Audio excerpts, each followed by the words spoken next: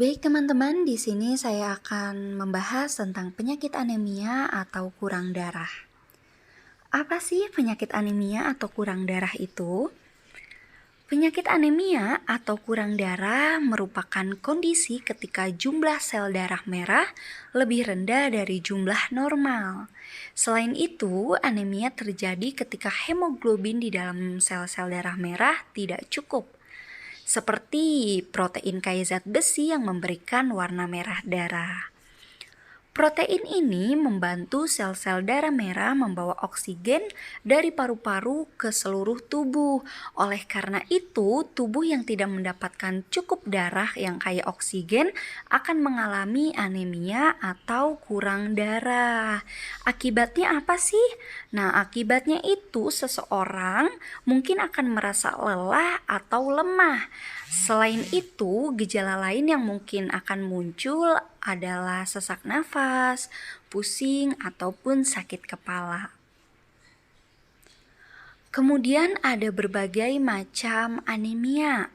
Nah, di sini yang pertama ada anemia defisiensi B12, kemudian yang kedua ada anemia defisiensi folat, yang ketiga ada anemia defisiensi besi, kemudian yang keempat di sini ada anemia karena penyakit kronis, dan yang kelima ada anemia hemolitik, kemudian yang keenam ada anemia aplastik, kemudian ada anemia megaloblastik, setelah itu ada anemia pernisiosa, kemudian ada anemia sel sabit, dan yang terakhir ada talasemia. Selanjutnya ada faktor resiko anemia. Jadi ada beberapa faktor yang dapat meningkatkan resiko seseorang mengalami anemia sehingga perlu untuk menghindarinya. Berikut adalah faktor-faktor yang meningkatkan resiko dari masalah ini. Yang pertama, stimulasi produksi sel darah merah yang tidak memadai dipengaruhi oleh hormon. Yang kedua, hipotiroidisme. Yang ketiga, beberapa gangguan yang dapat meningkatkan kerusakan sel darah merah. Yang keempat, kekurangan vitamin dan nutrisi seperti rendah zat besi, vitamin B12, dan folat. Yang kelima, gangguan usus, sehingga kemampuan menyerap nutrisi dan vitamin berkurang. Yang keenam, memiliki penyakit kronis. Yang ketujuh, penyakit keturunan atau diturunkan dari orang tua. Yang terakhir, ada faktor lain seperti paparan zat beracun, kondisi imun tubuh, dan sebagainya. Selanjutnya ada penyebab anemia. Yang pertama, konsumsi obat-obatan tertentu. Yang kedua, adanya eliminasi yang terjadi lebih awal dari biasanya pada sel darah merah yang disebabkan oleh masalah kekebalan tubuh. Yang ketiga, memiliki riwayat penyakit kronis seperti kanker, ginjal, rheumatoid, artritis, atau ulceratif colitis. Yang keempat, mengidap beberapa bentuk anemia seperti thalassemia atau anemia sel sabit yang bisa diturunkan. Yang kelima, sedang hamil.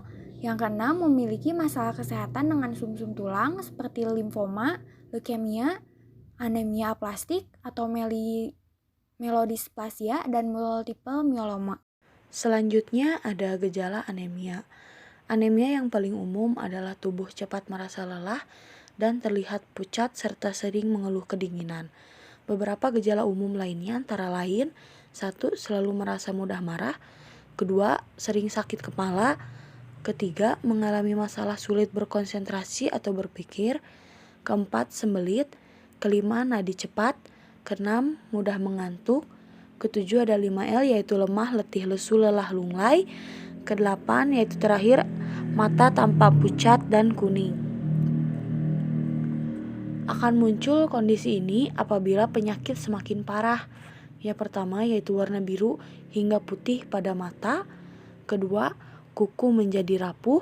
Ketiga, muncul keinginan untuk makan es batu, tanah, atau hal-hal lain yang bukan makanan. Kondisi ini disebut juga pica. Keempat, pusing ketika berdiri. Kelima, warna kulit pucat. Keenam, sesak nafas. Dan terakhir yaitu lidah terasa sakit. Baik, selanjutnya yaitu selain itu, beberapa jenis anemia dapat menyebabkan gejala spesifik termasuk 1.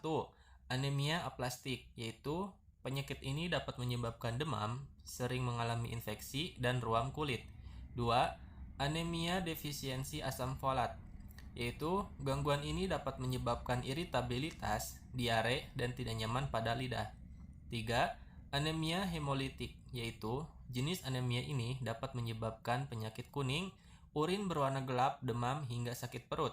Yang keempat, anemia sel sabit, yaitu penyakit ini dapat menyebabkan pembengkakan yang menyakitkan di kaki dan tangan, serta kelelahan hingga penyakit kuning. Untuk selanjutnya yaitu kadar hemoglobin normal pada jenis kelamin atau umur, yaitu pada anak umur 6 bulan sampai 2 tahun, kadar Hb-nya yaitu lebih dari 11. Yang kedua, anak umur 5 sampai 11 tahun, kadar Hb-nya lebih dari 12. Yang ketiga, laki-laki dewasa, kadar Hb-nya lebih dari 13. Wanita dewasa, kadar Hb-nya 12 sampai 14. Wanita hamil, kadar Hb-nya lebih dari 11. Selanjutnya itu ada komplikasi. Anemia dalam waktu yang lama dapat menyebabkan kerusakan otak, jantung, dan organ lain dalam tubuh. Beberapa komplikasi serius yang dapat terjadi antara lain yaitu 1. Sulit untuk beraktivitas karena tubuh yang mudah lelah. 2. Mengidap masalah pada jantung seperti aritmia atau gagal jantung. 3. Masalah pada paru-paru. 4. Pada wanita hamil, komplikasi kehamilan dapat terjadi seperti bayi lahir prematur atau bayi lahir berat rendah. 5. Gangguan tumbuh kembang pada jika anemia menyerang anak atau bayi. Yang terakhir yaitu yang keenam, rentan mengidap infeksi. Selanjutnya itu pencegahan anemia. Yang pertama itu mengonsumsi makanan yang kaya akan zat besi. Kedua, mengonsumsi makanan yang mengandung vitamin B12. Terus makan makanan yang mengandung asam folat. Mengonsumsi makanan yang mengandung vitamin C. Beri susu sapi pada anak mulai 1 tahun ke atas. Hindari minum minuman yang mengandung alkohol. Menggunakan KB hormon, dan yang terakhir itu banyak istirahat. Terus pengobatan anemianya itu harus diarahkan pada sesuatu yang menjadi penyebab anemia. Gangguan ini disebabkan oleh jumlah zat besi, vitamin B12, dan folat yang tidak tercukupi. Sehingga cara pengobatannya itu adalah dengan mengonsumsi suplemen nutrisi. Pada beberapa kasus, pengidapnya mungkin memerlukan suntikan B12 karena tidak diserap baik dari saluran pencernaan. Terus beberapa pengobatannya itu adalah yang pertama transfusi darah, kedua pemberian obat yang dapat menekan sistem kekebalan tubuh, yang terakhir itu pemberian obat dengan tujuan untuk memperbanyak sel darah dalam tubuh seperti suntikan eritropoietin.